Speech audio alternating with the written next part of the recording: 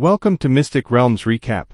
Please like, share, and subscribe. Enjoy today's episode. Waiting in her room for the party to return from their dungeon clear, Shiro started on trying to upgrade her attunements to Tier 4.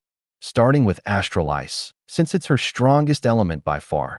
She furrowed her brows when she noticed that regardless of what she did, she was not able to budge the threshold at all. Maybe it's something to do with how much mana I'm controlling right now. She mused to herself. With her links only repaired by 7%, moving large bodies of mana was very difficult unless she wanted to strain her links to the point where they threatened to break. She had done this several times already, and each time she did it, her body would be under intense pain. If not for her great tolerance, she would barely be able to move during those moments. Shaking her head, the best she could do for now was to start cultivating her other attunements. By sitting down and directing the mana to enhance each individual island, she'll be able to bring up the element's effectiveness. Continuing this process for a few hours, the party had finally returned. "Welcome back," Shiro greeted with a smile. "MN, where's Azul?" Lyrica asked curiously. Don't worry about her. I've made sure that she's in a safe place to recover right now. Anyways, it seems like you lot have been quite productive today. Your levels have grown quite nicely." Shiro chuckled. Lysandra LVL 100 Soulbound, Archangel. Ian LVL 82 Dark Star Calamity. Sylvia LVL 75, Healing Saint. Lyrica LVL 72, Ascended Blade Dancer. Madison LVL 72, Demonic Shield Berserker. Chen Yu LVL 73, Phantom Blade. Aram LVL 70, Apocalyptic Battle Mage. Everyone in the party had now reached at least level 70 or above. With this, they'll be able to challenge higher level dungeons without too many problems. Well, we would be higher level should we have taken advantage of Lysandra's level, but that way, we wouldn't get any experience. We just made sure that we chose dungeons with lots of monsters that tend to overwhelm adventurers so that we can prepare ourselves for when that happens. Lyrica replied while sitting down on a chair. "I see. That's good then. I would come with you lot, but it's as you said, my presence would make the dungeon a little too easy." Shiro sighed. As much as she enjoys increasing her level, it's come to a point where it would be bad for her to join up with the party. While their levels will grow exponentially, their experiences wouldn't match their level. If a situation like that was to occur, it would be quite dangerous for their future. "Don't worry about it. We understand.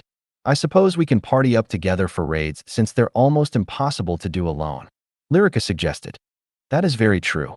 By the way, Ian, I got a little favor to ask of you," Shiro said while turning to Ian with a harmless smile. Feeling that something was wrong, Ian backed off slowly. "What do you want, Mom? You don't usually ask me for a favor," Ian inquired with suspicion. "Oh, it's nothing much. You know how I've made sure to feed you plenty of food for a long time now, yeah? How about you do Mom a favor and give me a little bit of your blood? Not much, only a few bottles." Shiro grinned. "PFT, few bottles. This baby's body is delicate, ah?" Ian protested as she tried to turn around and run. However, Shiro only flexed her fingers and summoned ice chains that canceled out Yin's spells. "Now be a good darling and stay still. It'll hurt more if you struggle." She chuckled and made an ice dagger. "Gah? Abuse. Damn it, don't watch and help me." Ian called out to the party, who only turned their heads. "Sorry, sis, you're on your own for this. I'm sure Mom has a good reason for taking your blood." Lysandra smiled softly. "If she wanted a little, that's fine, but she wants bottles." "I say bottles, you hear me." Ian shouted out only to be silenced when Shiro covered her mouth. "SHHHH. It'll be over soon." Shiro smiled and pulled out a needle. "I can't help but feel like we need to call child services or something like that." Madison raised an eyebrow in humor. "No, it's not child services. Since Ian is a phoenix, wouldn't you need the animal services instead?" Lyrica smiled. ####. After drawing some blood from Ian to fill up 2 bottles that were only the size of her fingers, Shiro stored them away in her inventory. Looking at Ian, who was laying in the corner with a fetal position with tears in her eyes, Shiro could only shrug her shoulders and roll a few silver coins. "Here, you can use them to get some food if you want." Sniff, you're trying to bribe this baby, but know this, it won't work. Ian scoffed and turned her head away. Unfortunately for her, This would have been more convincing if not for that fact that her little greedy hands were slowly inching towards the coins. If that's the case, I might as well recover the coins then. They're quite precious, you know. Each one is worth 100 billion US dollars, so I assume you can get quite a feast with them. Shiro sighed and flicked her finger. Mana wrapped around the coins and started to fly towards Shiro. However, before they could, Een pounced on them and quickly pocketed them into her outfit. I said it won't work, but I never said I won't accept them. I just won't forgive you despite this tribute to me.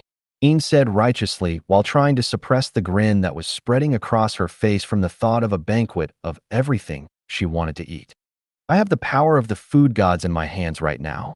I just need to leave the room, then I can eat. Een thought to herself with a snicker. Seeing Een laugh to herself at the thought of food, Shiro suppressed her laugh and waved her hand. You can go get some food now as long as the restaurants are still open. Don't stay out too late, though. I'm pretty sure any random person on the streets could kick your ass right now. Humph, they don't dare. If they do, I'll burn them to a crisp first. Een replied, sticking out her tongue before dashing out of the room in a hurry. Since it's in the evening that the party had returned, most of the places are closed. However, as she had spent a decent amount of time scouting out for where the best places to get food are, she knew which restaurants are still open and couldn't wait to get her hands on her banquet. Ignoring Een, who was about to go on a food spree, Shiro talked to the party about their next actions.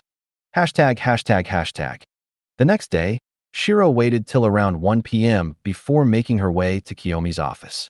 Since she had told her that the pills will arrive at around 2 p.m., arriving at 1 p.m. would give them some time to talk. Arriving at the office, she knocked on the door and waited for a moment. "Come in." Kiyomi's voice rang out. "Yo." Shiro smiled and gave her a small wave. Big sis, you're here a bit earlier than expected." Kiyomi smiled and put her pen down. "Well, I was thinking that I can use this time to talk for a bit.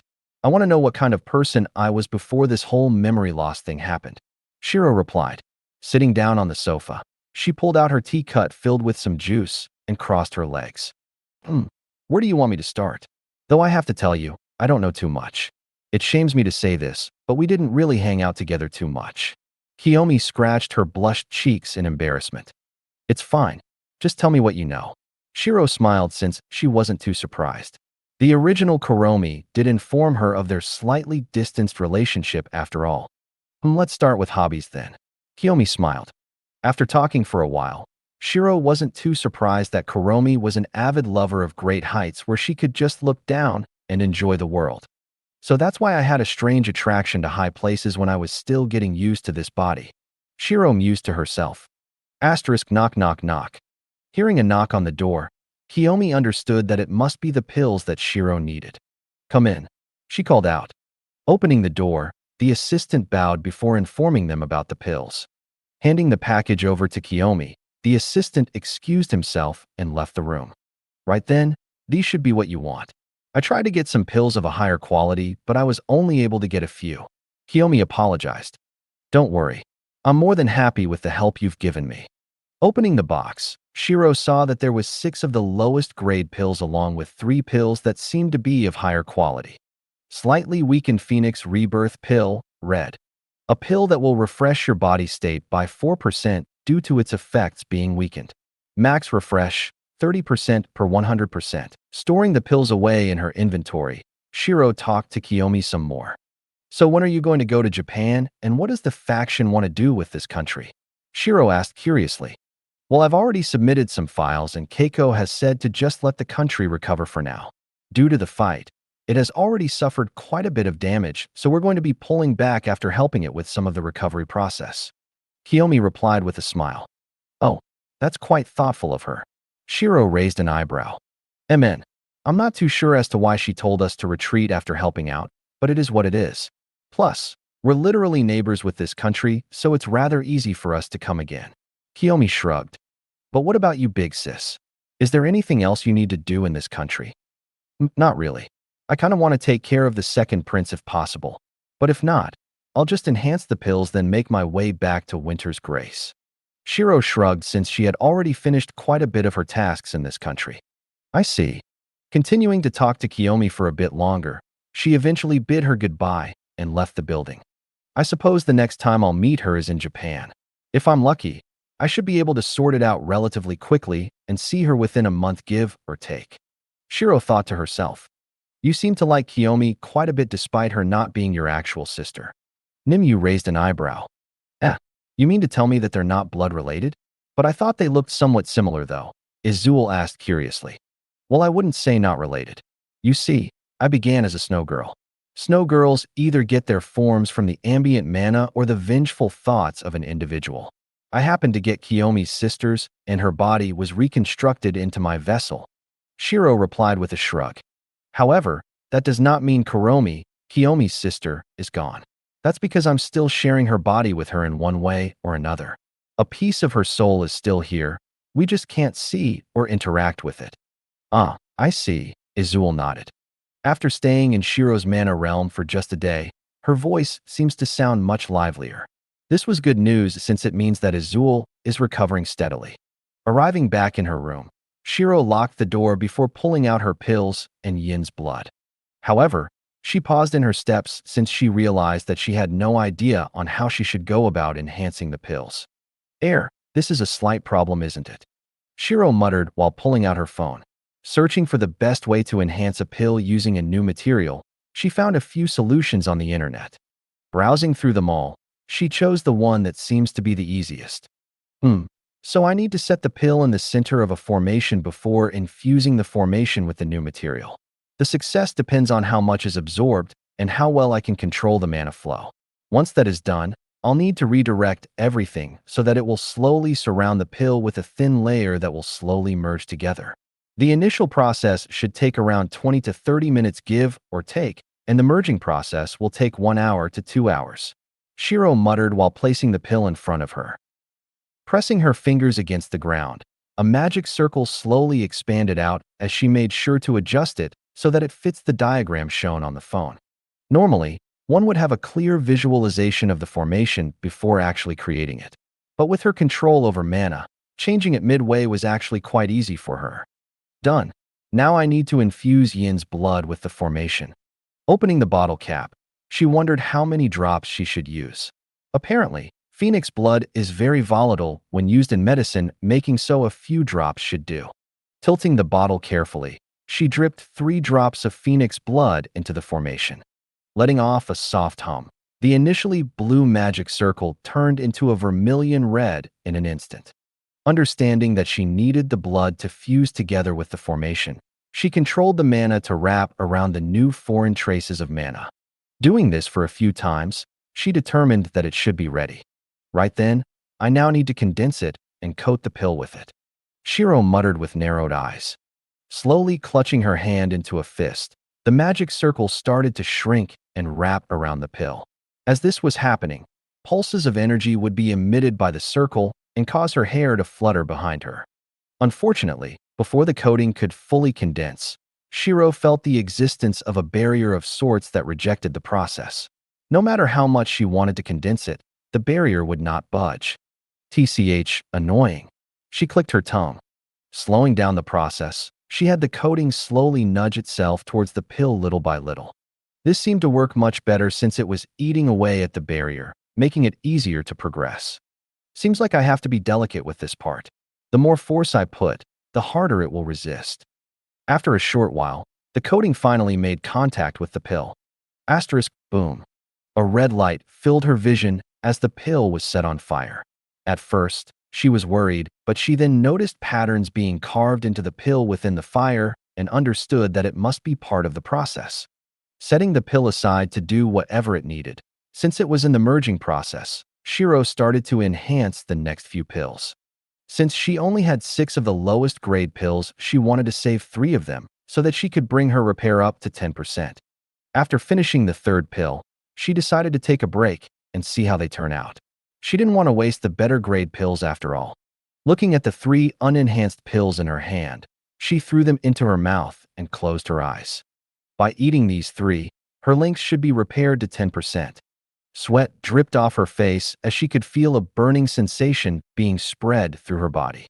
It slowly traveled through her veins before reaching her links. Wow, her pain tolerance is quite amazing, isn't it? Izul muttered in surprise. Despite her not feeling the pain that Shiro was feeling, Just watching it do its job was quite painful since the fire would completely shred a part of her links before fusing them back together. If you understood what she had gone through before, you'll understand that this is nothing for her. Nimue smiled while watching this happen. With her links being repaired to 10% and 6 more pills left to consume, 3 enhanced and 3 higher grade pills, there is a good chance that she'll reach 25% or maybe higher.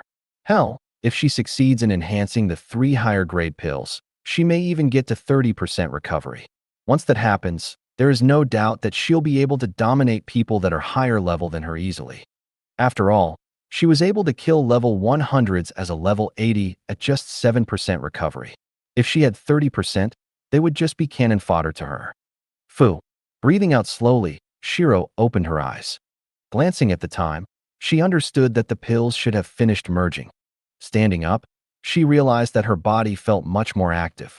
If she had to describe it, it would be like how one would feel when they finally got out of bed and did a good stretch. If this is the feeling that I have at 10%, I wonder how 100% feels. Shiro mused curiously. Shaking her head, she looked over at the pills and noticed that the fire had died down. Inscribed on the surface of the pills were golden patterns and runes of which Shiro weren't familiar with. Enhanced Phoenix Rebirth Pills, red. Enhanced with the blood of a true phoenix. The dormant medicinal properties have been brought out. Unfortunately, due to the low quality of the base material, it can only repair your body by 4%. Seeing that the pills were a match for the next grade of pills with a single enhancement, Shiro couldn't help but wonder how much the 4% pills would improve should she enhance them as well. Storing the pills away for now, she repeated the process for the higher grade pills. Unfortunately, one of them was unsuccessful, so that was 4% that she wasn't going to get back. TCH, such a shame. Shiro shook her head while looking at the successful products. Enhanced Phoenix Rebirth Pills, red. Enhanced with the blood of a true phoenix. The dormant medicinal properties have been brought out. Unfortunately, due to the low quality of the base material, it can only repair your body by 8%. Not bad.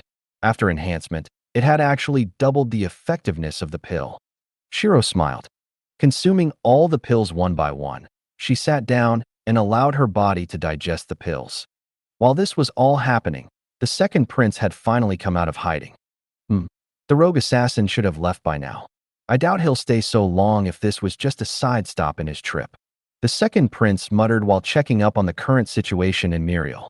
Seeing that his sister was now queen and that the rising sun had prepared to pull out of the country, he knew that this was a prime chance for him and the gods' pantheon to take over. With both his brothers down, it was basically a free opportunity. Indeed, though if you want to take the country, you better do it soon since the upper echelon has already expressed their disinterest involving ourselves in this any longer. The front's lines have become a little chaotic, so it's best that we make our way back. An executive replied while lighting himself a cigarette. I understand. Let's go now then. I'll gather the remains of my army while you round up those in the faction. We'll take over the city today. #####. Phew. I've reached 38% exactly now. With a third of my combat ability returned, getting tier 4 attunements should be a walk in the park. Shiro muttered with a satisfied smile. She could feel the mana in her body being filled with power. It's like a giant ocean that was ready to burst into a whirlpool at a moment's notice. Standing up, she stretched her body a little before pulling out her phone. With this, she's finished everything that she needed in Muriel, so it was time to leave. Sending everyone a message, she told them to meet up at the teleport shrine. Since they're still doing a dungeon, I have some time to spare. I think I'll go have some snacks near the teleport shrine. Shiro muttered. You know what? I've noticed that you've been eating snacks quite often. What brought about this change? Nimue asked curiously. After all, she never expressed too much interest in food, but now, she's having snacks when she has the time. Well, it tastes good. It tastes sweet, so I like it. Shiro chuckled. That's something a child would say. Did you just basically call me a child? Shiro raised her eyebrows. I don't mean it that way. It's just the way you described your interest felt like how a child would describe it. So you're still calling me a child? URG, you're messing with me, aren't you? Nimue paused as she realized what's happening. I had hoped it lasted a bit longer, but I had a bit of fun out of it, haha. Shiro laughed. Packing up everything she needed, She gave the elders and the princess a notice about her departure. After talking for a while, they gave her 10 large silver errands and offered her a martial art manual of her choice from the second level of the library. New. Oh, don't worry about it. Actually, I had accessed the second and third level in the first few weeks. There were some handy martial art manuals, but I didn't take any, so you can rest easy. Goodbye. Shiro grinned and jumped into the rift before they could say anything. Hanging their heads in defeat, the elders sighed tiredly. There's not really anything we can do to hold that girl back, can we? Nope. She's unrestrained, both literally and metaphorically. Sigh. Hashtag, hashtag, hashtag. Arriving at the cafe, Shiro entered and ordered herself some cake and a drink. Sitting by a seat at the window, she looked out at the streets with a soft smile. Say, don't you think it's quite nice to see people rebuilding broken places like this? Sure, they may seem sad, but the silent hope to see the place back in pristine condition can be seen in their eyes. It's kinda charming, isn't it? I suppose so. Though I'm not exactly the best at discerning expressions like you are. Nimue shrugged. I find that their attitude to restoring something as damaged as this admirable. Like Nimue, I don't see their subtle emotions, but their actions show me what I need to know. Izul followed up. Maybe I'm just weird then. Shiro shrugged. I wouldn't go as far as weird, but definitely quirky in a way. Nimue chuckled. I suppose so. Grabbing a fork, Shiro started to eat the cake with a blissful expression. Cake wasn't the only thing that she had. Ordering some other snacks, she continued to eat while waiting for the party. It was only when she noticed a small commotion outside did she stop eating her ice cream. Emin, what's happening? She muttered while trying to look towards the source of the commotion. Unfortunately, she couldn't see the source, so she could only choose to finish her ice cream quickly and head out. Licking the ice cream off the corner of her lips, Shiro gave the waitress some tips and left the building. Jumping onto the roof, Shiro narrowed her eyes and saw that it was the second prince's army. Oh, the prince finally shows his face. Perfect time too. I need some exercise after having a good snack. Shiro grinned. Jumping into the rift, she created her rogue assassin outfit and put on her mask. Reappearing in the shade of a building, she estimated how long it would take for the second prince to walk into her strike zone. Flexing her fingers, she created 2 hand cannons and entered the rift. While the prince was marching through the streets and towards the castle, Shiro had appeared just behind him with her hand cannon pointed at the back of his head. Feeling the cold touch of metal, the prince looked back in confusion before paling at the sight of Shiro. Bang. Removing his head in an instant, Shiro twirled her hand cannon before pointing it at the people that were about to charge at her. Move at your own caution. Careful though, my heart's rather weak, so if you move suddenly, I might shoot by accident since you would have startled me. Shiro grinned as she disguised her voice. Her warning caused the people to freeze up for a moment. Backing off slowly, they made a path for Shiro to leave. Chuckling to herself, she collected the prince's body. Thank you for the loot. I bid you good day. She bowed slightly and entered the rift. Seeing the rogue assassin disappear in front of them, the faction and army members looked at each other in slight embarrassment. They had entered the city with such bravado, but the assassin had killed the prince and left with ease. Hell, a single sentence from him was enough to dissuade them from tempting fate, since they knew that they could be killed in an instant. Retreat. The executive shook his head and called for retreat. If anything, he had to be grateful about the fact that the assassin was merciful enough to actually spare them and only go for the prince. At least it'll be easier to explain to the higher-ups since they can just give up on this country. Removing her disguise, Shiro was walking back to the cafe while checking the loot that she gained from the second prince. Surprisingly, he had more on him that was useful to her compared to the other 2 princes. Oh, there's a few items for mages too. Shiro mused to herself after seeing the potions, pills, and equipment that she could have had some use for if not for the fact that she upgraded her armor due to Helian's help. There was one item in particular that had stolen her attention. Tri-element crystal lotus, purple. While it is unknown how much mana is needed to be infused into the lotus, legend has it that when it blossoms, 3 of your elements will experience a drastic change that will shock the world of mages. Current charge, 14.7 billion MP/. Tri-element crystal lotus, purple. While it is unknown how much mana is needed to be infused into the lotus, Legends has it that when it blossoms, 3 of your elements will experience a drastic change that will shock the world of mages. Current charge, 14.7 billion MP slash. Seeing that the current charge was at an astounding 14.7 billion, she knew that the second prince must have been charging this for a long time. I think it shouldn't be too difficult for me to charge this. What do you think? Shiro asked. Well, he's already charged 14 billion into it, so it would be a waste not to write. Nimue shrugged. If you charge it a little every night, I'm sure it'll be done in no time. Plus, it does say that 3 elements will experience a drastic change, doesn't it? What if you get a boost for your astral ice element? Izul smiled. Indeed. Say, Izul, why can't Nimue be like you? You're so helpful and not at all snarky. Shiro chuckled. Oh please, you make it seem like I'm not helpful. Aren't I keeping your lonely-ass company? Nimue rolled her eyes. See what I mean? Shiro raised an eyebrow. Haha, you two. Izul laughed at their antics. Talking for a little longer, Shiro left the shop and waited at the teleport shrine. Waiting by the teleport shrine, she decided to charge the lotus. Compared to other people, her MP regen was absolutely monstrous. While people may need hours to regenerate their mana pool, she only needed a few minutes. Plus, with her reservoir of more than 40 million points of Northern Mariana Islands, it would only take her around an hour to charge more than 100 million points into the lotus. This was taking in the fact that she would at most use 50% of her mana at a time, since using it all would be dumb. After all, she needed some mana just in case she needed to fight an opponent or two. Charging the lotus for a little while, Shiro saw the party coming in the distance, so she stored it away for now. You lot ready? She called out since she had told them to pack when she sent the message. Yeah, we got everything we needed, so we can go back to Winter's Grace straight away. Lyrica nodded. Good. Now, Aram and Chunyu, you two are not part of Winter's Grace, so you may need to stay at a hotel or something similar. Do you have any plans? Shiro asked. Yes, I do. I got a dash. Both Chunyu and Aram replied at the same time. You can go first. Chunyu offered since Shiro pretty much knew that he was going to choose to live in a hotel. All right, I plan to stay in a hotel if we're not there for a long time. If we are staying in Varisha for a decently long period of time, then I had planned to get myself a flat or something like that. Aram replied. I see. What about you, Chunyu? Pretty much the same as her except that I can stay in a hotel for much longer. Chunyu shrugged. Sylvia, what about you? Wait, why am I involved?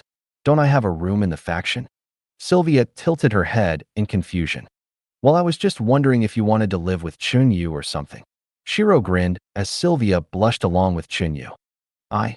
No, but stuttering in some embarrassment, Sylvia eventually gave up and looked down at her feet. It would be fine, she said quietly. All right, so Sylvia, you and Chunyu can stay in a room together for the duration that we're in Varisha for. Now that it's only you two, you can be a little adventurous without us knowing. Shiro snickered before making her way to the teleporter. Unfortunately, since Varisha didn't have a teleport shrine, she'll have to teleport to New York then follow up by going to Varisha with Yin's help. Arriving in New York, it was already fully repaired and back in working order. Asterisk whistle. Their work speed is quite fast, isn't it, Aram? The last time we were here, I had Helion try to upgrade my previous armor, but it failed. It was also during that time that you followed me to Muriel, wasn't it? Shiro glanced at Aram with a smile. Indeed. Would it be okay if I go talk to my brother for a bit? It has been a while, and talking face-to-face is always better than through phone. Aram asked. Sure. We don't mind waiting for a bit. Sylvia, do you want to see if we can find Jonas? I am wondering about how he's doing. Shiro asked. When they had finished the raid, where both Sylvia's friends were unfortunately killed by her, Jonas did state that he might settle down with a wife and kids. Hell, he even mentioned the chances of him being a trainer instead and retiring. Sure. I'll send him a message and see where he is right now. Sylvia nodded, since it has been a while since she had last seen him. If you girls want to follow, you can. But for now, we'll just explore New York for a bit, then leave. Shiro asked since it would be rude to just drag them with them to see Jonas. It's fine for me personally. I haven't seen Jonas in a while too. Lyrica smiled as Madison nodded since she too wanted to see how he's doing. I'll follow too since there's nothing much for me to do in this city. Chunyu shrugged. I'm gonna go eat at a restaurant. But Mom, Since the currency in New York is USD, I can't use my silver coins, can I? Ian asked with a frown. Unfortunately, no. However, since I had killed the second prince just before meeting up with you girls up in Muriel, I have a few billion USD on me right now. I'll just top it up on a crystal so that you can use it. Give me a moment. Jumping into the rift, she disguised herself a little before entering the auction house. Asking for a crystal where she could store some money, she bought one from the counter and charged it up with roughly 20 billion US dollars.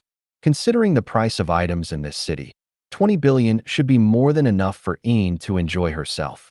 Arriving back at the shrine with her normal appearance, Shiro threw the crystal over at Ian. Here's 20 billion as your pocket money. It should last you quite a while, so I doubt you can use all of it in a short amount of time. Mom, don't tempt me. For you see, you underestimate my power of consumption. Ian replied as she had a smug grin on her face. If you use all the 20 billion on food in one day, you do realize that I will no longer give you money, right? Shiro raised an eyebrow. I can't use 20 billion in one day, but you can bet your ass that I will try. Ian laughed and escaped through the rift, much like how Shiro would if she ran into a problem. Now, it's not my role to judge your parenting, but you may or may not be a bad role model for Ian. Lyrica chuckled. Never said I was. Shiro shrugged. What about you, Lysandra? What are you going to do? I'll stay with you, Mom. I don't have much else to do. Plus, I'm pretty sure Sis is fine since there's not really anyone that can harm her in this city. Lysandra shrugged as Shiro nodded. After waiting a short while, Sylvia called out to Shiro to inform her that Jonas had actually started to teach in her old school. Well, isn't that a pleasant surprise? Shiro smiled. Hey, do you think we'll see that person who had offered you a bed before? Lyrica snickered as Madison did the same. Rolling her eyes, Shiro ignored the two while the rest of the party was curious as to who this person was. Explaining the situation to the party, Lyrica made sure to tell them about the other moments too, such as when they prepared her chairs and drinks during the faction recruitment event. While the party was joking around, Shiro led them towards her old school. Walking through the gates, Shiro showed the gatekeeper her old ID card. Ohaya? Seems like Miss Celebrity has come back. You know, even after you've left for so long, a lot of the students still remembers you. Same goes with me. I kind of become your fan after you fought against the disciples that belonged to Winter's Grace. The gatekeeper laughed since he could still remember that moment he saw a beautiful mute girl being led into the school. Haha, is that so? I'm surprised that you have become my fan. Keep up the good work. I won't be staying here for long since I'm going back to the faction branch soon. Shiro smiled and gave him a small wave before leaving. Miss Celebrity, huh? You even made a gatekeeper your fan. Chinyu raised an eyebrow. Rolling her eyes, Shiro ignored their stares and made her way towards the training hall. From what Sylvia had told her, Jonas spends most of his days staying in the training hall helping any student that come for his help. Opening the doors to the training hall, she was surprised to see the bed giving kid training with Jonas. Compared to before, his physique was much stronger and he seemed to have a righteous aura about him. But compared to the hypocritical aura that the light hero had, it was something more soothing than that. Could he be potentially a hero class candidate? Shiro wondered to herself since she wouldn't be surprised if that did happen. Of course, this was just through judging his aura and current state of mind. She doesn't know him personally, so she couldn't say for sure. Yo, you seem to be busy. Should I come back later or just watch for now? Shiro called out with a smile after the two made some distance with each other. Just give me a moment. Wait, Sylvia. Shiro. Haha, it's been a while. Jonas called out, but paused halfway when he realized who was calling out to them. As for the bed-giving kid, when he heard the name Shiro, he instantly perked his ears up and looked over. Seeing Shiro's more mature appearance, he couldn't help but be attracted at first sight. In addition to this, her confident smile and battle-ready aura was his main inspiration for coming out of his shell of being that shy kid. Seeing a young girl being more open and powerful than him gave him that drive to become better. Even if she didn't notice him, it would be fine. It's been a while, Jonas. Seems like you've taken a liking to being a teacher. And as for you, I almost didn't recognize you. Thanks for offering that bed, haha. Shiro chuckled while giving him a small wave. You're welcome, he replied while hiding his face a little behind his sword. Ha ha ha. Raoul, when did you become such a shy senior? Weren't you always the strong, silent, heroic type that the girls are going for now? Jonas grinned as Raoul became embarrassed. Or could it be that you've been smitten by this little-ass freak, haha? Your future looks bleak. He chuckled. TCH, Jonas, I'm still here, you know. And plus, I'll have you know, I'm not an ass freak. I'm just an avid weakness exploiter. So anyways, how have you two been? You guys seem to be quite close. Shiro smiled. I've been quite good. To be honest, life as an instructor is pretty relaxed. Not really any pressure to do dungeons. That being said, you're already at level 100, huh? Goodness, your leveling speed is insane. Jonas replied, while gesturing for everyone to sit over at one of the resting benches for now. Well, I just had some fortunate opportunities. What about you, Raoul? How have you been? Talking to each other for a bit more, Jonas asked if Shiro wanted a little spar, since it's been a while since he's last seen her fight. Oh, are you sure? Shiro raised an eyebrow. She wasn't trying to be arrogant, but if she went serious on Jonas, there was no way he wasn't leaving without a broken bone. That being said, holding back too much would just seem like she's belittling him. Oh, don't worry. This set of old bones need a serious workout from time to time. Jonas chuckled. You mean beatdown? Sylvia added with a pure smile. Sylvia, why has your tongue become so sharp since the last time I saw you? Your old man's gonna be mad at me if he realized that his daughter has become like this, haha. Jonas joked around. What do you mean? I'm still just a harmless support class. Sylvia bluffed as the party instantly turned to her with a distrustful expression. Would a harmless support bite the head off a rabbit? Madison raised her eyebrow, while the other members nodded their heads. I don't know what you're on about. Chinyu, you seem to want to nod. Don't worry, I won't judge. Of course, you know that I'm such a harmless support class, right? Sylvia smiled at Chinyu. Shivering for a moment, Chinyu nodded his head obediently. PFT, he's like an obedient rabbit. At least he won't get his head torn off by her. Shiro thought with a chuckle. As for Jonas, after seeing how Chun-Yu and Sylvia acted around each other, he couldn't help but have a proud smile. Old friend, your daughter's all grown up. She's even got a party of friends and a boy who she seems to be in a good relationship with. I wish you could be here to see this. He thought with a soft smile. Joking around for a short moment, Shiro made an ice spear and twirled it around her body before getting into stance. You ready? Shiro asked with a smile. Ready as I'll ever be. Just don't pierce my ass and I'll be fine. Jonas chuckled as Shiro nodded her head. Twirling her spear, she stabbed it into the ground and vaulted towards Jonas. Twisting her body, she slammed the spear downwards. I'll restrain the use of the rift since that would be unfair for him, she thought to herself while observing Jonas' movements. Stepping slightly to the side, he parried Shiro's attack and redirected it to the ground. Unfortunately for him, Shiro adapted to his movements and used the spear as a pivot to roundhouse kick him in the head, sending him flying across the ground, leaving a trail of dust and smoke. OSH*T. Shiro widened her eyes since she hadn't controlled her power properly. Since her titles and passive bonuses gave her extra power against those that are weaker than her, even after restraining her strength, each hit would still be monstrous. Thawing her spear, she quickly rushed over to him to check if he's fine. Sorry about that. I didn't expect my passive skills to boost my strength so much even after I restrained myself. Shiro apologized as Jonas only waved it off. Haha, it's fine. I expected this outcome, but didn't expect that the difference was so big. Jonas chuckled. You know, she's a freak even among peak C class, you know? There are only a handful of people that can kill those in the B class as easily as she could. Hell, she even faced off against several level 100s when she was just level 80. Sylvia glanced over at Shiro before back at Jonas. I see. Well, if she could do that, I'm sure dealing with something low level like me would be a walk in the park. Anyways, the goal of this spar was to see what your fighting style is like. If possible, I want you to spar with Raoul here so that he can get some more experience. Jonas asked as he stood up. Oh, so you want me to help you train him? Shiro raised an eyebrow and glanced over at Raoul. Sure, I don't see why not. I'll be here for a day anyways. So how do you want to do this, Raoul? Shall I attack and you defend, or the other way around? Magic or no magic? She asked with a smile. It may not be very manly to say this, but would it be okay if I attacked and you defend? As for magic, you can use it if you wish. Just be easy on me, haha. Raoul scratched his hair in embarrassment. If possible, he wanted to try to face her fair and square, but after seeing how she dealt with his trainer, that was definitely out of the question since he'd lose instantly. Very well. In that case, I'll use these in a mix of ice magic since that's my specialty. Shiro chuckled while making some ice chains that wrapped around her wrists.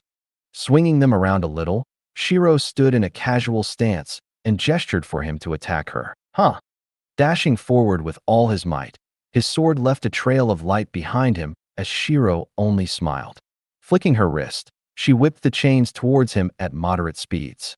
If she used more strength, it may seriously injure Raoul should it hit. Pivoting on his right foot, Raoul gritted his teeth and started to dodge the chains. Asterisk clang clang. Colliding against the ground, the chains left a thin layer of ice on the surface. Watch out behind, Jonas called out since he could tell that Raoul's focus was in front of him rather than behind.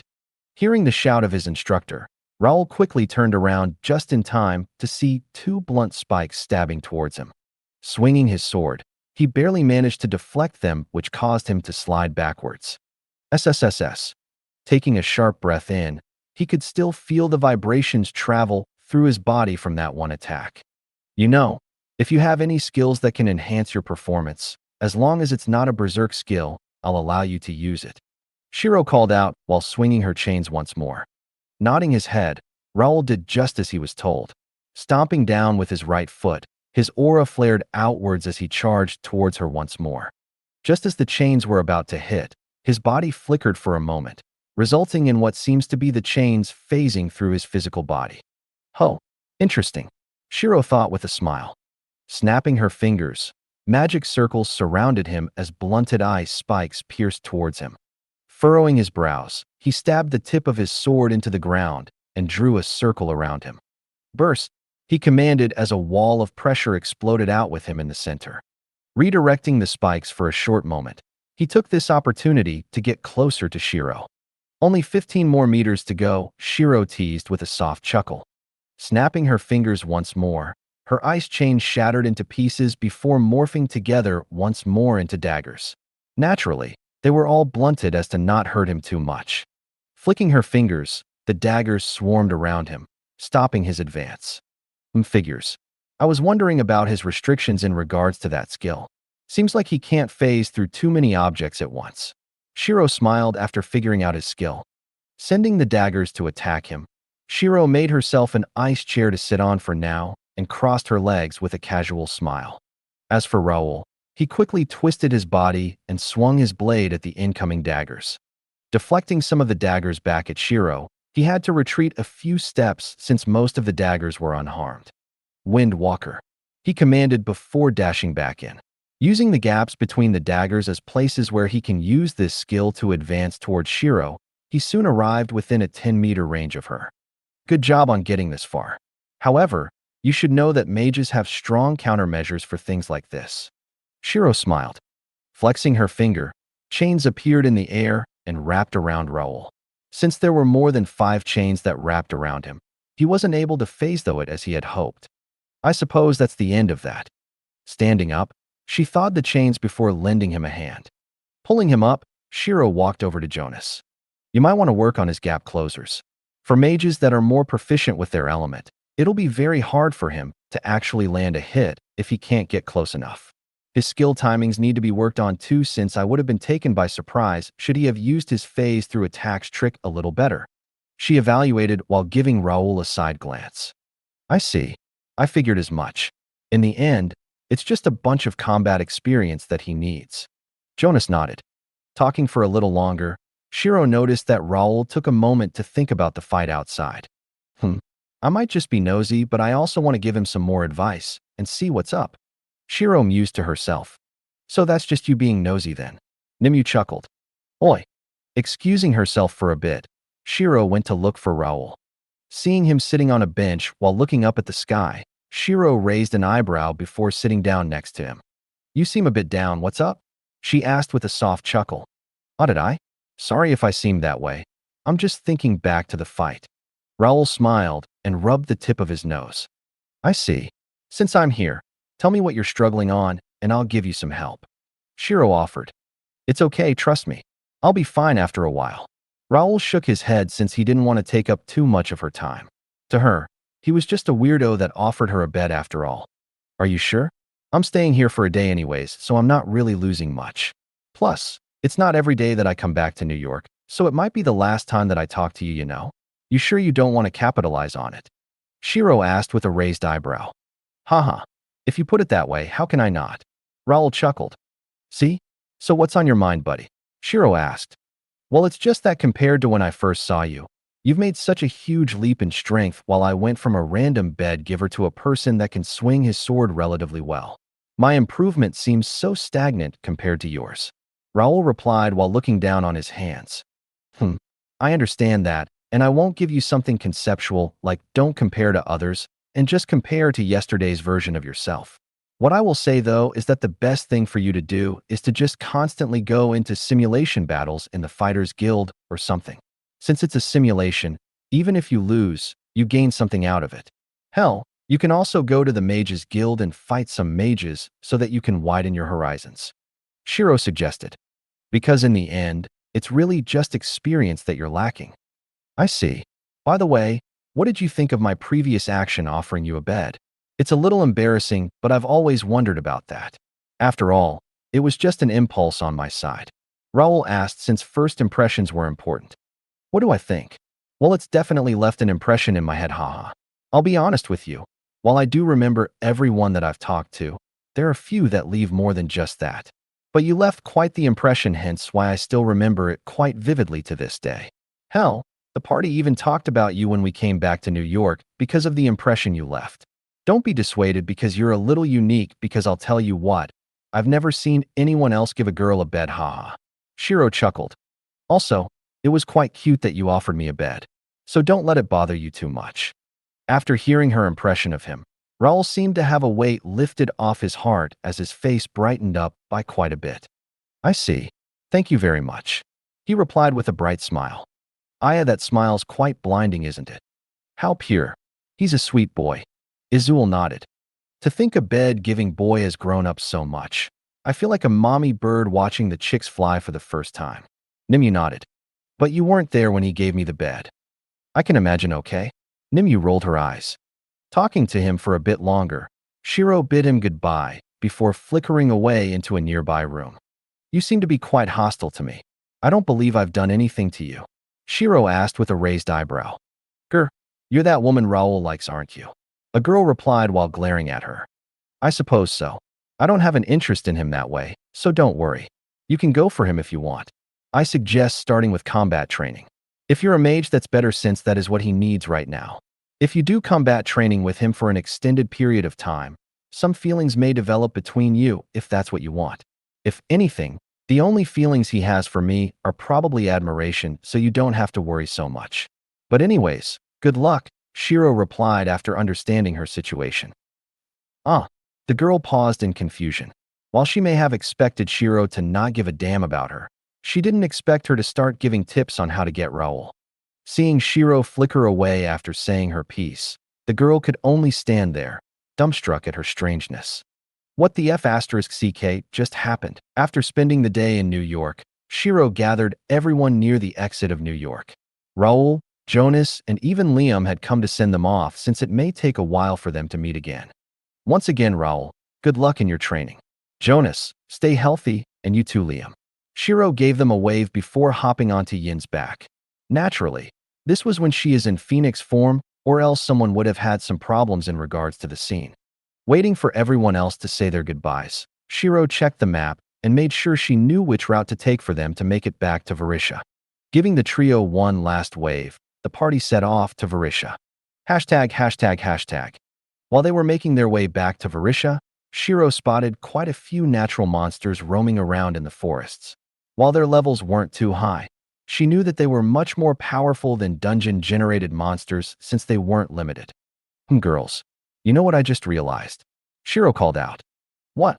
We've never actually done out of dungeon, or rather, a natural hunt now, have we? The only thing we've done is dungeons, raids, or emergency battles should the situation arise. For as long as we've been together, we haven't tried natural hunts of monsters in the wild. Holy sh**t, you're right. Madison looked at Shiro in realization. For parties, natural hunts were just as, if not more rewarding than dungeon hunts. They gained the experience of hunting strong monsters in the wild that used the surroundings to their advantage. Normally, they would have done this earlier, but due to the situations they were in, going for natural hunts were problematic. In New York, they had the faction recruitment, which took their priority. In Kairosa, the slums and the underwater ruins stopped them from doing the natural hunt. In Varisha, they were focused on guild tasks while Shiro had obtained Lysandra. Last but not least, they had Muriel, where they had to be careful since conflict between the princes could have broken out at any moment, so leaving on a natural hunt would be counterproductive. Well, are we going to hunt now? Lyrica asked. Not really. I'm just mentioning it so that we can keep it in our minds. After all, a natural hunt is quite productive in terms of your battle experience. Shiro shook her head. There was a time and place for everything, and right now is not the time. If she could help it, she'd rather not delay the process of finding out more about herself. Plus, Yuki's probably got more information on Duan Han-ing, who is Kuromi's killer. I see. Do you want me to keep an eye out for any decent natural hunts while we're in Varisha? Lyrica asked since she knew that Shiro was only going back to Varisha so that she could find out more about herself. That would be helpful. Preferably something that's on the way to Japan since we'll be going there right after this. Shiro nodded. Got it. Noting it down mentally, Lyrica nodded her head. The rest of the trip to Varisha was relatively relaxed with some small talk along the way. For those that were a bit tired, they had the other party members look out for them in case they fall off. ####. Erg. Damn, I can't feel my ass anymore. Madison stretched as they had finally arrived in Varisha. Tell me about it. Aram nodded while rubbing her back tiredly. Not much we can do about it. Anyways, you lot can do whatever you want for the next few hours. I'm going to quickly sort out what I need, then we can make our way to Japan. Shiro smiled. Saying goodbye, Shiro made her way to the Elder's Tower. Is anyone home? Shiro called out with a smile. Yeah, I'm her dash. Shiro? What in the bloody hell happened to your body? Natash widened her eyes in shock at her new appearance. Oh, this. You haven't seen me after I went through a few upgrades, have you? Like the new look. Shiro grinned while giving her a small pose. Damn girl, what caused you to change like this? Got someone you like? Maybe the blossoming of love made your body change to adapt so that your partner doesn't look like a damn Lilicon or something. Natash chuckled. Not exactly.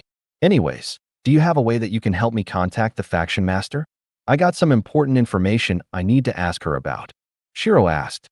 Oh, I see. She told me that you may need it soon, but are you sure you want it now? Yuki did say that there is only one chance you get at contacting her. Natash frowned. It will take a long time to reach B class considering the items that I need. However, since I'm at 38% recovered, I should be more or less ready for anything that she throws at me. Yeah, it's rather urgent after all. Shiro nodded. Got it. She mentioned that you want to be in a secure location where you are alone when you use this item. Natash replied while gesturing for her to enter her office. Sitting behind her desk, she pressed her palms against the corner of the table as a magic circle expanded out. Opening up a secret compartment, she took out a small box and handed it over to Shiro. Much like how you would have opened the letter, the faction master stated that the way to open this box is the same. Thank you. Taking the box, Shiro talked to Natash about her adventures in Muriel before leaving back to her room. Securing it with formations and some traps, Shiro set the box down on the table and made a small dagger. Piercing her finger, she dripped some blood on the surface. Watching the seal break off, the box unraveled itself to reveal an item. Spiritual connection, purple. A one-time use item that will connect you with the designated target and allow communication between the two of you, regardless of distance or space. Designated target, Yuki. Raising an eyebrow, Shiro contemplated about the item. Since it's a one-time use item, does she really want to use it now? A part of her says yes, since it may take quite a while for her to get to B class, while part of her says no and be patient. TCH, I'll just use it anyways. Plus, since my memory is good, I can just ask her to tell me about the prison and I'll break her out when I'm in B class. Shiro muttered. Say, didn't you forget that you had to be VIP to get the item last time? Nimue raised an eyebrow. Look, my memory doesn't exactly work like that. It's like a database, or rather a book. Sure, I'll remember the thing, but I still have to look for it myself. If I don't look for it, it's just information that's stored away for later use. So if I forget what to search for, I'll have to rummage through everything just to find it again. Shiro replied with a shake of her head. So you're like a computer then? As long as you know what to search for, the information can be found easily, but if you don't know, then you'll have to look through each file to eventually bump into what you needed to search for. Is that correct? Yes, that's correct. I suppose that's only natural. Your mind would be quite overloaded if you document everything in detail and think about it all the time. Nimue nodded. Shaking her head, Shiro decided to go ahead and activate the item.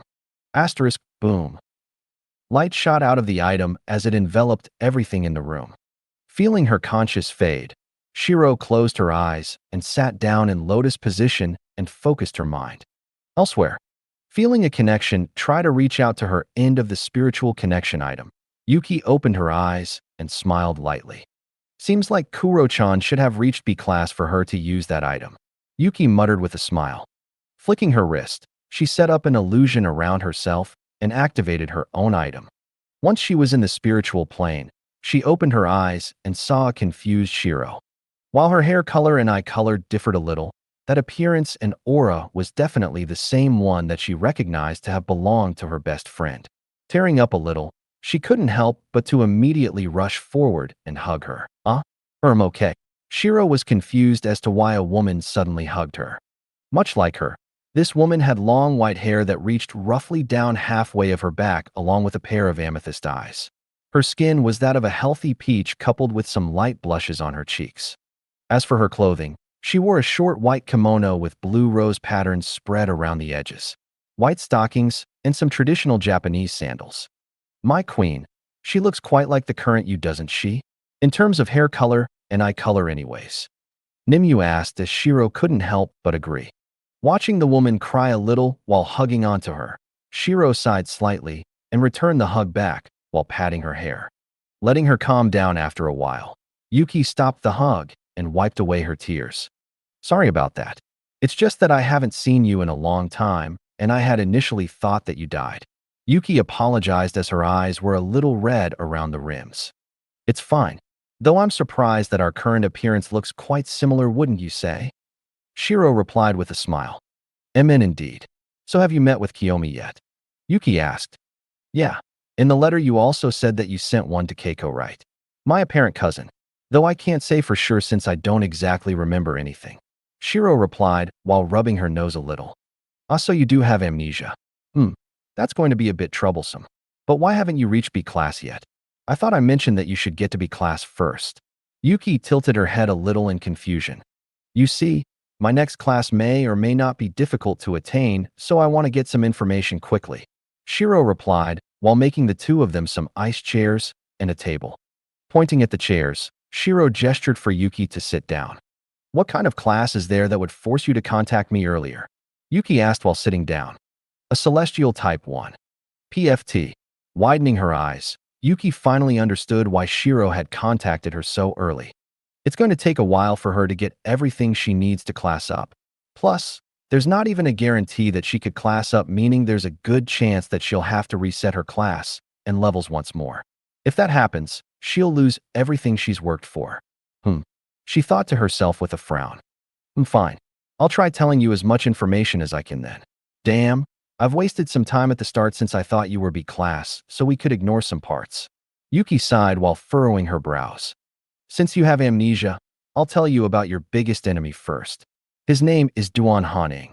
While I'm not sure how many powers he's got behind him, I can say for certain that he has ties with some of the biggest factions. If anything, you'll need to be careful when you reach cities close to the front lines. As much as I want to say that Rising Sun is safe, we don't know if he has connections there or not. Yuki shook her head. Talking about Duan Haning for a little longer, Shiro noted it all down mentally and found out that Kuromi had already told her most of this. The only thing that she didn't know was that due to a recent outbreak near the front lines, he was forced to leave Yuki alone, so this is potentially the best time to try to get her out of her prison. Alright, I've noted it down. Where are you currently?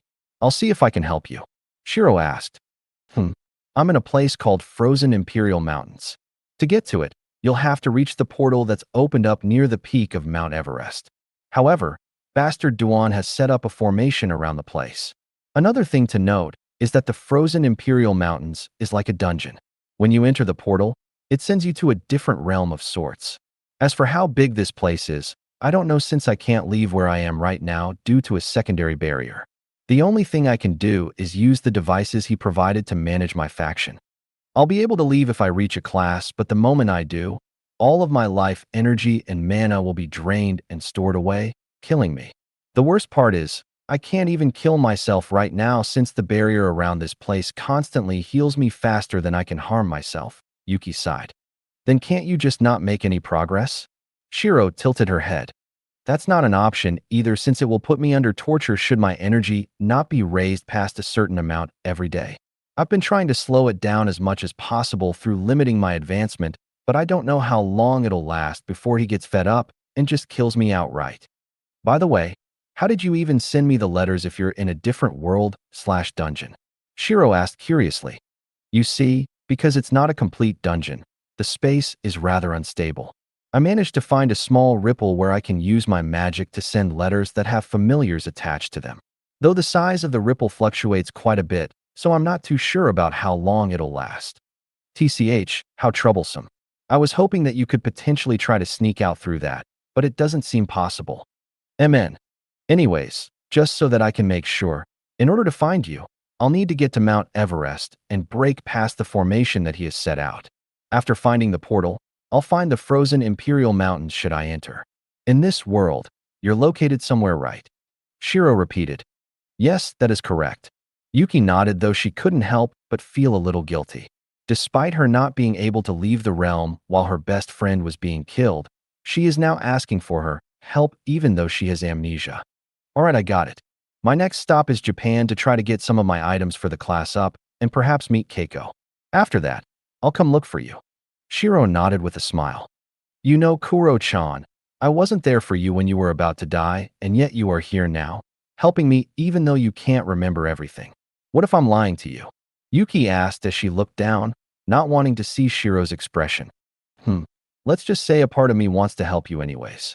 Waiting for death in a place where you can't talk to anyone and can only cultivate is not a fate that anyone wants. Hell, even if it was a random person, as long as I can stop them from suffering this fate, I will. Shiro chuckled since this was similar to her time in the labs. Waiting alone and going through experiments where the only solution is to die. But that was out of reach since the scientists stopped her from dying at the start as she was their prized experiment. And also, it's Shiro now and you can drop the chan. It feels somewhat awkward personally to hear that at the end of my name. Shiro shrugged. MN, got it. Shiro, if I can get out of here, I'll definitely do my best to help you out. I won't just sit by and watch as Duan gets his hands on you. More so since you're trying to help me even though your hands are quite full. Yuki promised with solid determination in her eyes. Seeing this, Shiro smiled softly. You have some nice friends, Kuromi. The determination in her eyes is like the blazing sun, unyielding. Ironic since her name means snow.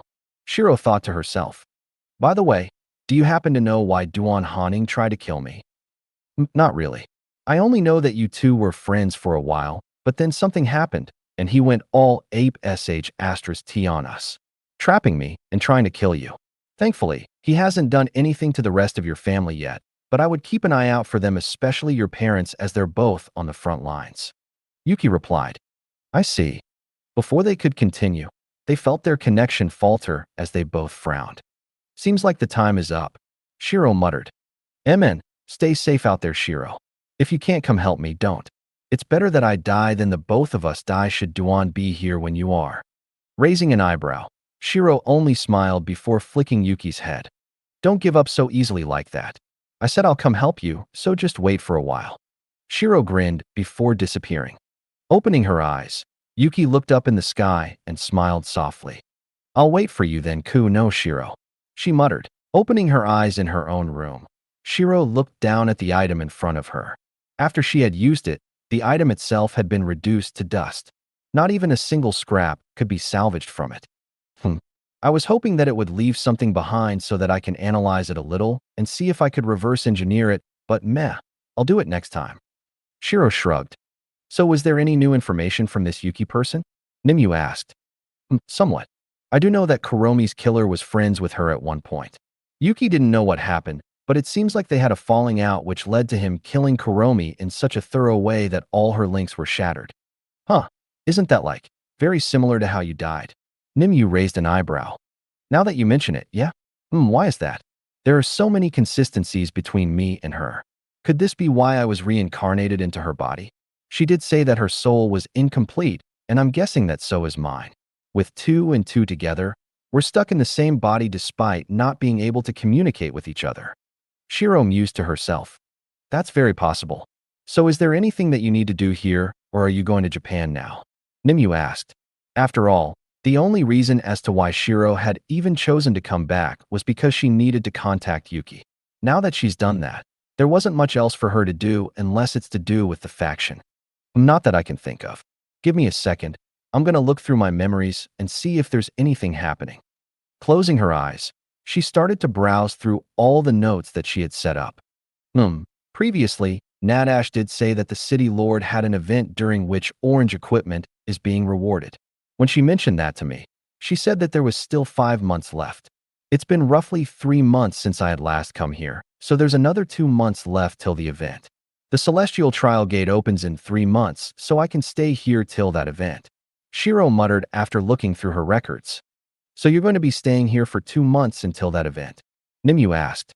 F***ck no. Do you know how boring that will be? I'd rather be making some progress elsewhere. Hell, I could even use these 2 months to try to get some of the items that I need. Shiro rolled her eyes. If she was forced to stay, who knows how bored she'll be. She didn't want to level up either, since the more she leveled up now, the harder it would be later. After all, if she leveled up 30 times while not classing up, she'll be equal to a C-class version of a level 130. In that case, she'd be missing out on so many skills and stat points. So your plan is? Depending on what happens, I think I'll let the party stay here till level 100 or something, since there is 2 months till the event. I'm sure that with their standard, this should be okay. As for me, I'll be going to Japan alone for now and just scout for a bit while looking for my items. Shiro replied while giving her body a stretch. Leaving the room, she sent a message to the party telling them to meet up at one of the restaurants nearby. ####. So what do you need? You didn't tell us what you wanted to talk about over the phone. Lyrica asked as everyone had sat down by the table. It's just something to do with what I planned for the next 2 months. An event will happen here where orange-grade equipment will be available. If possible, I want you girls and Guy to get to level 100. That way, there's a better chance for you to get them if the item is what you need. Shiro smiled while ordering a bunch of food for the party. Seeing the selection, Een rubbed her hands together with a dumb grin. Oh, there's an event like that. Sylvia raised her eyebrows, since she was always ready to get some good healing equipment. After all, there's nothing better than a good item that can help the entire party. She had already experienced the ecstasy that came with the bracelet, Life Fire's blessing. Shiro had given to her before, but unfortunately, that was shattered apart since the bracelet broke. You'll probably hear more about it as the event date comes closer. Shiro nodded. Say Shiro, you never said what you're going to do in that time. Since you're already level 100, it wouldn't be beneficial for you to level up more until you classed up. Madison reminded. I'm just about to tell you that now. You see, since Japan is our next stop, I've decided to use these 2 months to explore around the area a little and get some understanding. Plus, I got some personal business that I want to take care of first. Shiro smiled. Since she was going to visit Japan, possibly alone, for the next 2 months, it was a good chance for her to meet Keiko. If things go well, she'll basically have one of the top 5 factions in the current world backing her up. While this doesn't include hidden factions like sects and the such, example being the hidden sect that Nan Tian is a part of, it was still a blessing. Wait, if you want us to get to level 100, that means only Lysandra can follow you. Lyrica furrowed her brows. Yup, don't worry though, it's only 2 months. It'll pass before you know it. Plus, if you get to level 100 early, I'll come back, Shiro laughed as the food was served. Talking a little about what they may need to improve on during her time away, Shiro decided to be a little risky and hand some items to them. Sylvia, here's an earring that is part of the Life Fire's blessing. I've managed to salvage a bit of it, and recycled it to make this. I've also added a special material that allows it to change into a growth type item, so as long as you give it items it needs to level up, you can use this till you're level 100. Shiro smiled and handed Sylvia a pair of earrings. Oh my god, Shiro. I'd be all over you right now if you were a boy. Sylvia said as she quickly grabbed the earrings. Sylvie? Shinyu looked over in shock as if his heart was stomped on. Keck, fine, you can still be consort. Sylvia grinned as Chunyu resisted his urge to cough up blood. Return me my pure Sylvia, he cried out in his mind while looking over at Shiro. Shrugging her shoulders, Shiro only gave him a try-harder look to push him on. Turning away from the idiot couple, she then looked towards Lyrica and Madison. As for you two, you should know about this item by now. Use it on a piece of equipment that you deem fit to stay with you till level 100, and it will be converted to a growth-type equipment. However, do note that you cannot use this with a set item since it will destroy the bonus and the set will be wasted. Shiro reminded and handed them a disguised version of Nano Growth Infuser. This was the same item she had used to give an item the passive skill Nano Growth, so that they could be evolved into higher levels. She hadn't been able to use it on her equipment because they were either set items or they weren't worth it. As for her weapons, since they're soul-bound and level-linked, there was no need to begin with. Aram, you can have the same, but don't try to research it, haha. It might just blow itself up, you know. Shiro winked with a sly grin. TCH, fine. Damn you for getting in the way of my research. Aram joked with a harmless smile. Wait, why didn't I get anything? Shinyu asked since everyone else in the party had received something from Shiro to help them. Che, you've already taken our girl Sylvia. What else do you want? Shiro rolled her eyes and looked at him with disdain. URG. Scam. I call scam. He shouted out in his mind. PFT, I'm kidding. Here, have one too. Also, don't think about giving it to Nantion. You'll break my poor heart if you do, and if my heart is broken, I'm pretty sure Sylvie will be sad too, right? Shiro smiled. Yup. Sylvia nodded, but she wasn't focusing on the situation. She was more occupied with enjoying her new earrings that had huge healing buffs applied onto them. Help me, Branchmaster.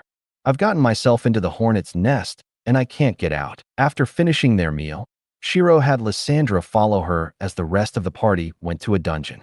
Now then, since it would take a while to go to Japan if we walked, let's go find a party that can help us teleport there. I would preferably like it if we can get into Tokyo straight away, but anywhere close will do as well. Shiro said with a smile. MN. Before that, are you sure it's okay to give them those items? If other people see the party full of growth-type weapons, wouldn't it get dangerous? Lysandra asked in concern. No, it's fine. Plus, I've already installed disguise systems into the items so that whenever it evolves into the next level, the appearance and name would change along with it. That way, it doesn't look suspicious now, does it? Shiro chuckled. I see. Cautious as always, Mom. Lysandra smiled. I wouldn't say that since I'm still giving people a chance of discovering nanobots. Shiro shook her head. Anyways, enough about that. Let's go try look for a party that can take us to Japan. There's no teleport shrine here, so we'll probably have to travel with them for a while. Leading Lysandra to the Adventurers Guild, Shiro made a few disguises for the both of them. It was just a different outfit and a mask so that they won't get discovered. Plus, Shiro also tied her hair into a ponytail. Doing the same to Lysandra, they entered the Adventurers Guild. Excuse me, are there any parties that can help us to Japan? Shiro asked the receptionist. I don't know. You'll probably need to put up a commission by the mission board and provide them a reward for taking you. It's either that or you can look for parties at the searching for members section. The receptionist replied with a smile. While she couldn't see Shiro nor Lysandra's faces, it wasn't an uncommon occurrence for people to be hiding their face, so she wasn't too bothered. I see. Thank you. Shiro nodded with a smile and walked over to the terminals that were set up around the hall. Navigating to the searching for members section, she looked for any requests that involved going to Japan. Unfortunately, at this moment, there seemed to be none that would take her to Japan. Seems like we'll have to post a request then. Shiro furrowed her brows. Searching for someone that can take us to Japan. Party leader, Nitri, level 100 Element Sage. Current party members, Lisa, level 100 Sword Sage. Rewards, 10 silver errands plus level 100 piece of armor. Posting this quest, Shiro was about to turn around and leave when she received a notification that people have applied to join. Each of the requests were attached with a message that asked her about the legitimacy of the reward. Sending a message to all of them saying that they should meet her at one of the tables in the guild so that it's easier to talk. She chose the one near the window and told that to each of them. Sitting down, it didn't take too long for people to appear. "Are you Nitri who posted the quest?" A man asked as Shiro nodded. Jonathan LVL 93, Dragon Fist Warrior. He had short black hair and a rather muscular body physique. "Great. One of my party members has a link with a teleport shrine in Kyoto, Japan. While it may not be the closest to Tokyo, you can easily take a bullet train there." The man smiled. I only really need one person though. That's why I posted 10 silvers. Shiro replied while looking at the map of Japan from behind her mask. Since it's something created by her nanobots, she could easily install a map of Japan from the internet. Kyoto is to the west of Tokyo. The good thing is that in between them is Mount Fuji, so I can check that out while I travel to Tokyo. Shiro thought to herself, "That's fine. Our party consists of 3 people, so you can just split it among us." "Hold it." A voice cut in. Looking over, they saw a group of people approaching. "First come, first serve. I was here first." The man replied with a frown. "So what? Your checkpoint is too far from Tokyo. Miss Nitri, my party can take you directly to Tokyo. How about it? Why not recruit us?" Looking over at the newcomers, Shiro only raised an eyebrow. Since I got 2 months to burn, I might as well just go with the first party to Tokyo." Shiro mused to herself. "It's fine. I'm going with the first party since I can go somewhere I wanted on the way to Tokyo. Thank you for your offer, though," she replied and closed the request. Gesturing for the first man to follow her, both she and Lysandra stood up and left for another table. Damn, too late. The second party sighed and decided to look for a different party. ####. Anyways, why not some introductions? Shiro gestured while ordering some snacks. "Right. My name is Jonathan, a level 93 Dragon Fist Warrior. My other party members consist of Ryota, a level 90 Solari Archer, and Jasmine, a level 93 Royal Paladin." Jonathan introduced while showing her a picture of his party members. Ryota had short black hair, a lean physique, and wore a sleeveless armored chest pieces with a waistcloth and some black pants. As for Jasmine, she had blonde hair tied into a braid as she wore a set of heavy plate armor. In her left hand, she carried a shield that was almost as big as her, while in her right, she held a sword. As for me, my name is Nitri and this is my daughter Lisa. We're both level 100s, with me being a mage type and her being a fighter type. Shiro replied with a smile. "So young." Jonathan widened his eyes since from what he could tell, Shiro seemed quite young with how her voice sounded. Talking for a little bit longer in terms of how they were going to do things, Shiro then filled out a form and gave it to the receptionist. "Right then, where do we need to go to find your party members?" she asked with a smile. "Oh, they're just waiting in our hotel room. I'll show you the way." Jonathan nodded. "MN, so are you part of any faction?" Shiro asked, since it may take a while for them to go to the hotel. Might as well ask some questions to break the ice. "Factions? Yeah, we're all part of Terra's Might. The branch building is just down the road. What about you?" "We're both part of Winter's Grace." "I see. Thankfully, our factions are not enemies, haha." Jonathan laughed. It was common for factions to have conflicts in Varisha. For Winter's Grace, their main enemy was Shattered Dynasty, while Terra's Might was mostly neutral except that they didn't like Shadow Temple. MN. Arriving at the hotel, Jonathan signed in and entered one of the elevators. Ryota is a little strange, but if you can look past that, it'll be fine, Jonathan warned as they prepared to enter the room. "I'm sure I'll be fine with it." Shiro smiled. Her entire party was weird, so this should be nothing to her.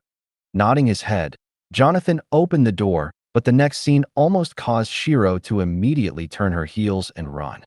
Damn it, Ryota. Stop making that disgusting face. I knew it. You wanted to steal my pudding so that I'll hit you. Jasmine cried out as she was currently just wearing a shirt and some short pants. "You know, the more you step on me, the happier I am." Ryota laughed while holding onto a body pillow that seemed to have an anime girl printed onto the surface. F***CK? Ryota, we have guest. Jonathan shouted out while facepalming. "We do." Ryota tilted his head and looked over at Shiro and Lysandra. Seeing the masochist look towards them, Shiro immediately hid behind Lysandra since she really didn't like dealing with masochists. She couldn't kill them, nor could she hit them. A natural counter to her. Oh, that shy disposition, that mysterious mask, a slender body which is hidden by your outfit. Grade A waifu. Ryota gave her a thumbs up and was about to go over to her when an ice wall was erected between them instantly. As for Jasmine, she only pouted a little seeing Ryota change his focus so soon. Asterisk sigh. Why does this party work as well as it does? Jonathan sighed since Ryota was an M while Jasmine was at Sun/S. Feeling a headache coming along, he felt sorry for Shiro and Lysandra. Thank you for watching. I hope you enjoyed today's episode. If you did, please like, share, and subscribe.